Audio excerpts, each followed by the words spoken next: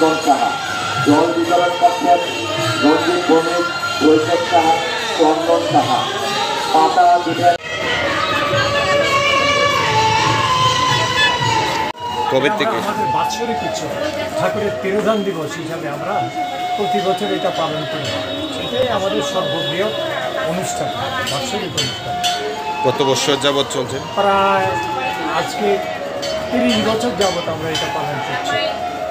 আমরা আজকে last day, আজকে অক্ষয় তৃতীয়া দিবস, আজকে মহাপ্রসাদের দিন।